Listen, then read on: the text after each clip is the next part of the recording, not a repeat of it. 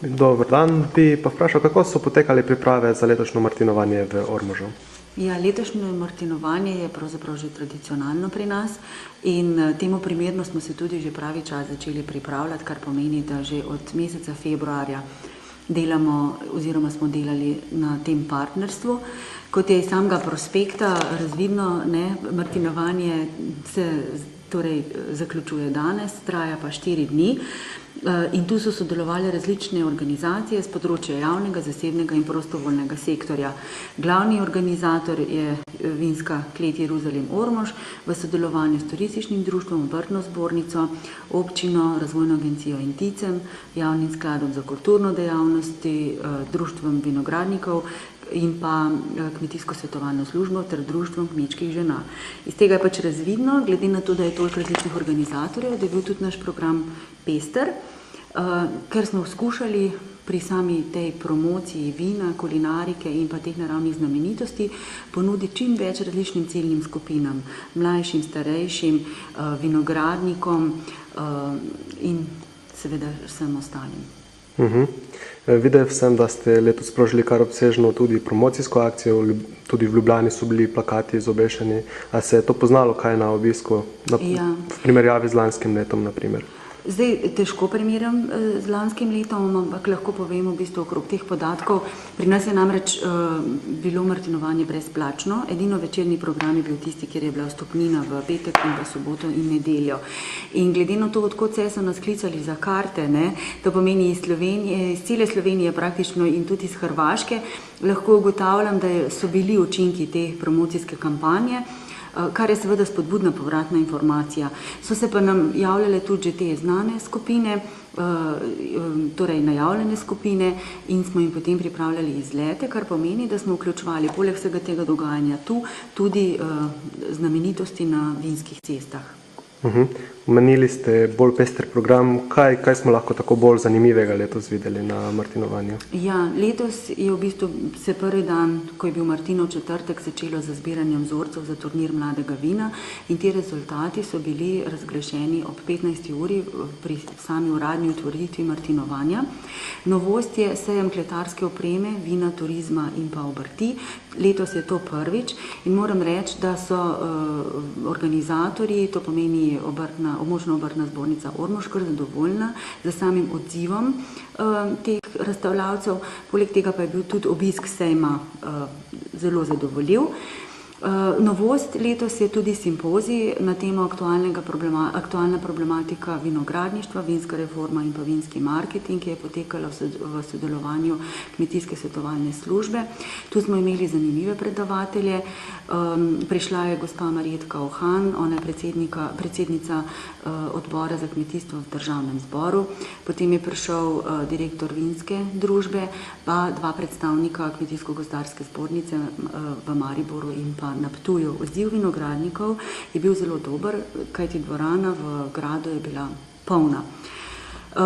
Petek je bil posvečen mladim in sicer je organizator Vinska klet pripravila izobraževalni program za mlade z prikazom krsta mošta po starem ljudskem običaju. Naj povem, da je v koordinaciji Javnega sklada za kulturne dejavnosti 3 dni potekal tudi kulturni program, kjer so se predstavili zbori, vokalne skupine, ljudski godci, potem pihalni orkestri iz Slovenije in tudi iz tujine in nekako se je zvrstilo več kot 500 nastopajočih.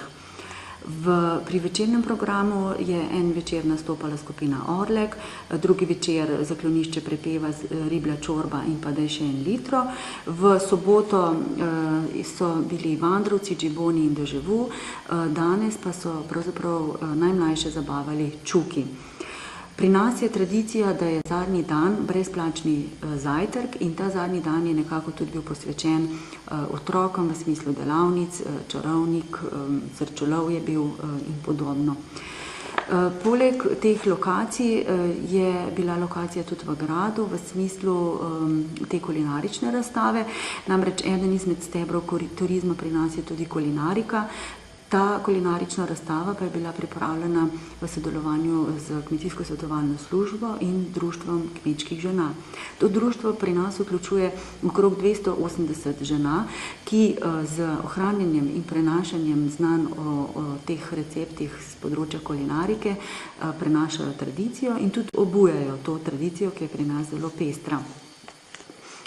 Ves ta čas je grad odprl tudi svoje zbirke v sodelovanju z muzejem Ormož.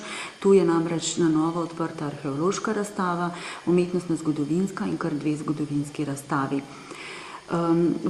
Kot partnerji smo sodelovali tudi mi.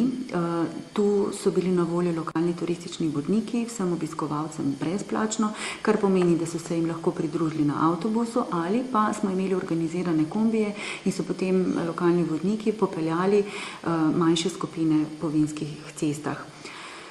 Tu, kot vidite, je v bistvu naša enota Tica v gradu, kjer imamo na enem mestu zbrane vse informacije o znamenitostih, o namestitvenih kapacitetah in pa tudi eno takšno manjšo prodajalno z lokalnimi produkti. Pri nas se da dobiti od bučnega olja, lokalnega vina, nekaj brošur, torej leseni izdelki in druge stvari. To so vse stvari, ki jih izdelujejo ljudje, ki tu živijo.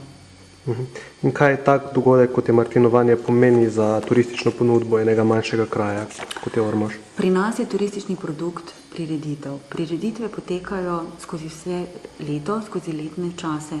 Martinovanje za vso to pestro udeležbo pri nas pomeni promocijo, veliko promocijo in s tem vplivamo na prepoznavnost, kar pomeni ljudje, ki pridejo sem, dobijo neke vtise, mi kot gostitelji smo se potrudili, da so ti vtisi pozitivni in sami dobro veste, da dober glas seže v 9. vas, tako da je to pač tista pot k temu, da se nas prepozna kot destinacija vredna ogleda. Naj omenim, da pri teh prireditvah vzpostavljamo tudi sodelovanje izven meja. Naši gostje so bili tudi gostje iz Osečine, iz Srbije, gostje iz Nedelišča, Hrvaške, gostje iz Avstrije. Prisotni na sprejemu pri županu, pa poleg navedenih gostjev so bili tudi iz ameriške ambasade, ki so ravno tako v bistvu izrazili navdušenje in pripravljenost za nadaljne sodelovanje. Kaj pa lahko pričakujemo na naslednjoletnem martinovanju, še več ponudbo? Ja, mi bomo sedaj z uspešnim delom spet strnili glave, pogledali, kaj je bilo dobro, katere so tiste stvari za izboljšati. Mislim, da koncept bo približno ostal tak, kot je, z dopolnitvami, z izborom zanimivih glasbenih skupin.